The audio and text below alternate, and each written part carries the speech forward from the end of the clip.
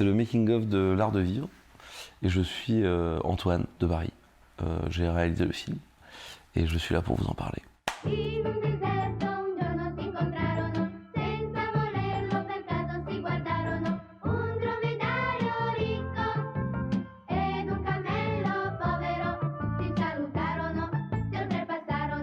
Sans tes aisselles, Félix.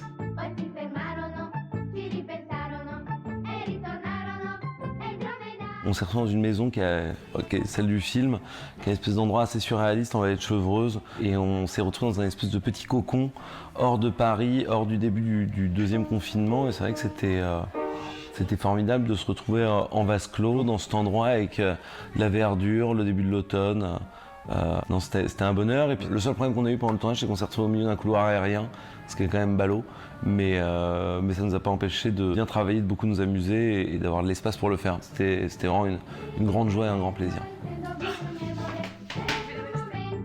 Bonjour. Un jour tu comprendras, Alban.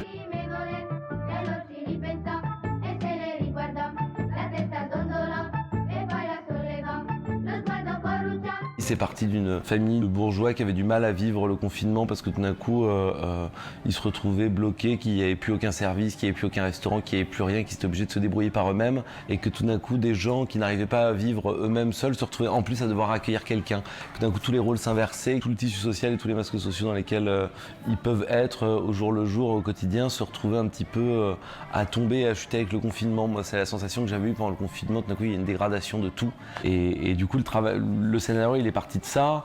Plein de choses ont évolué. Au moment où Félix a accepté de le faire, tout d'un coup, on a nourri le personnage de plein de choses qu'on a travaillé ensemble. Quand Gilbert Melki a accepté aussi, tout d'un coup, on s'est dit c'est génial parce que ce personnage de Raoul, on peut lui donner quelque chose de plus inquiétant parce que Gilbert il a ça.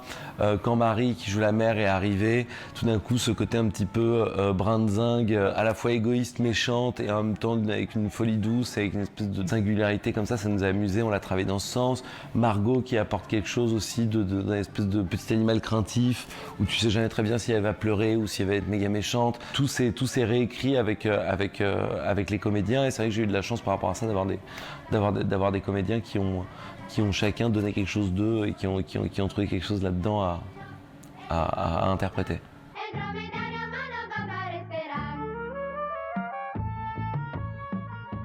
C'est triste de faire un film, de ne pas pouvoir faire une projo, de ne pas pouvoir faire la fête, parce que c'est quand même ce qui compte à la fin. Mais bon, ce sera une autre fois, j'espère.